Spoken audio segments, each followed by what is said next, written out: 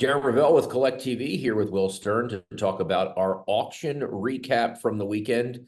Very exciting weekend. Golden Memory Lane being the top two auctions that happened. And we're going to start with the Anthony Edwards game worn jersey sold at Golden for $118,978. My take here, Will, is that in the scheme of things, given how game worn has grown, and given that there's a guy who you're kind of now prospecting in game worn, this seems relatively cheap. 5 years ago, this would have seemed like the most insane price you'd ever imagine. So what's your take? I just think obviously here, this is, not a sticker shock because of how far game worn has come. Yeah, I mean, it lines up with all the hype around Anthony Edwards plus the game worn market. I think for context, it's important to say Wembanyama's debut jersey sold for $768,000 around there a few months ago.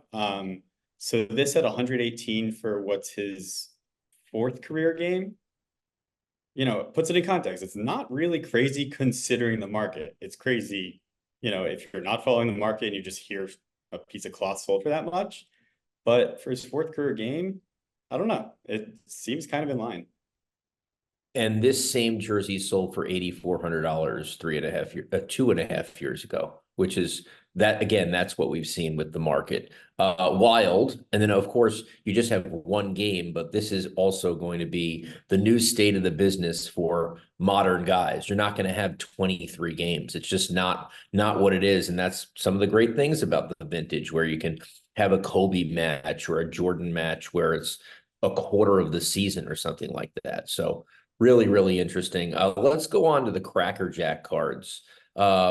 So 1914, Christy Mathewson in an SGC3 sells for 145K in memory lane. The Shoeless Joe in SGC4 sells for 90. And they also had a Ty Cobb.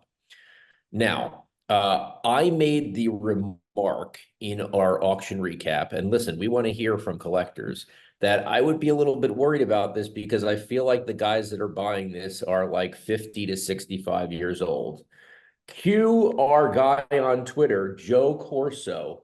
Nice recap, Darren Rovell and Will Stern. Regarding the 2014 Cracker Jacks, I can assure you there is a large contingent of young guys actively collecting the set. My 30-year-old buddy won a quarter of the set at Memory Lane, and another young guy won 7. So I guess I'm wrong. I said that that's surprising and encouraging, but vintage, I guess is hot with a lot of people, and I think what people are comforted in here is the low pop, the really low pop, when you just have across all examples for the Shoeless Joe, 74 examples of that Cracker Jack 103, and guess what? 15 more aren't coming. Well, what do you think? Yeah, that's the other thing about the scarcity is it's kind of like finalized, right? You're not betting on anything in the future. Also, I think really the story with just these few cards that we mentioned from the 1914 Cracker Jack set holding up is that it's from an iconic set that's immediately recognizable. The imagery is beautiful. It really rivals the T206 set, both from the same period, both in art and kind of the stars featured. Obviously, there's not the $7 million honus in the Cracker Jack, but still, I think set collectors, especially ones who specialize in pre-war vintage, have really long noted that the Cracker Jack set is kind of the one to go for after the monster T206. Yeah, I think it's amazing just to see these prices. All right, well, we have to talk about type ones. Again, we're not trying to overly talk about them, but they are kind of like the buzz of the hobby. Are they going to be for real or not? We had in Golden basically Michael Jordan stretching during his first workout, wearing the airships. And it's amazing. It's an amazing picture. It is so young. It's pre-NBA debut, and I love it. And it sold for $15,982 at Golden.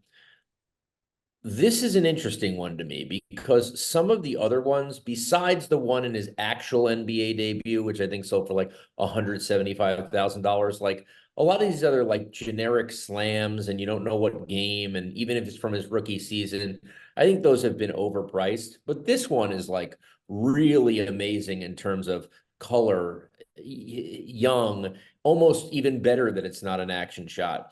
And I think that this is a great opportunity here to watch this one in particular to see if it takes off or not. It's going to be dependent on this market, which, as we've said over and over again, if you can't get me pops, I'm a little uncomfortable. I'm pretty sure there's not five of this exact picture, which makes me feel pretty good. But again, you need that market to come along.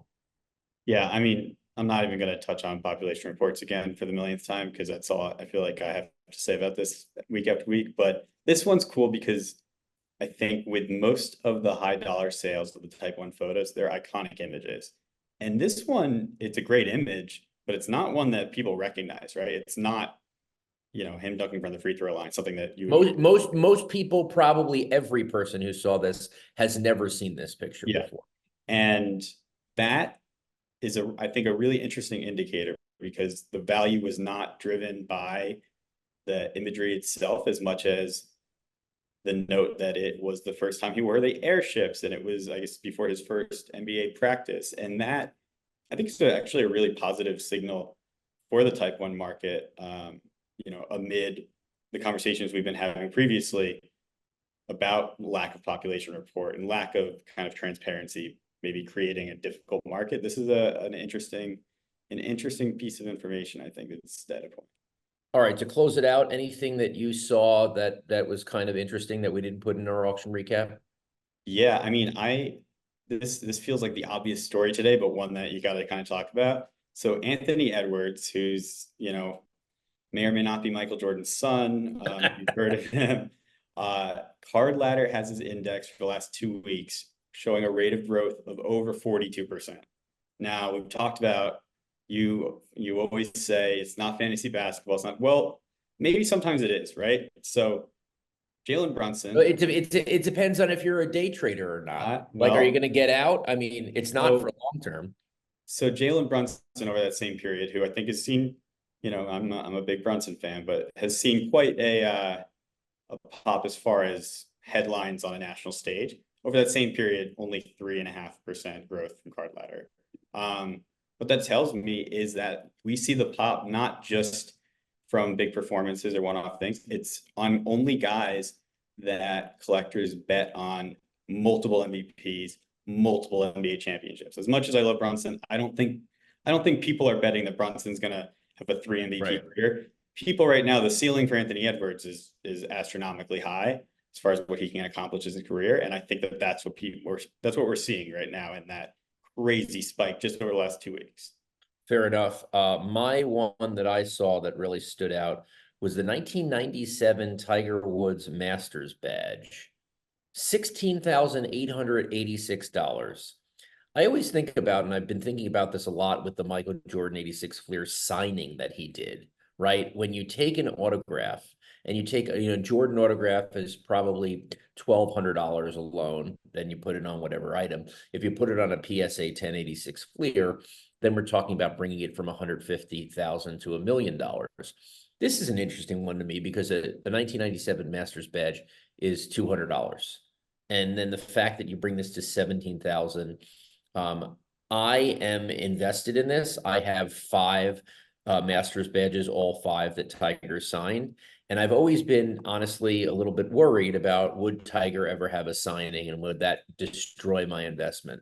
But the fact that there is so much value in signing the right piece is very, very intriguing to me in the hobby, and just surprised. I thought it'd be a $10,000 piece. It's a contemporary signature gotten in the last 3 years. I do wonder, and I think we're going to monitor this on Collect, how important, as everyone tries to get every single thing signed, how important are contemporary signatures that are contemporary to the piece? especially if guys change up their signatures. I think it's a really interesting story. Here, it almost didn't matter, but I do think that that's pretty intriguing as far as the topic goes. Will, thank you so much for another auction recap. And I'm Darren Rovell. Thanks for watching Collect TV. And stay tuned for Thursday when we will have our auction preview coming up for the week.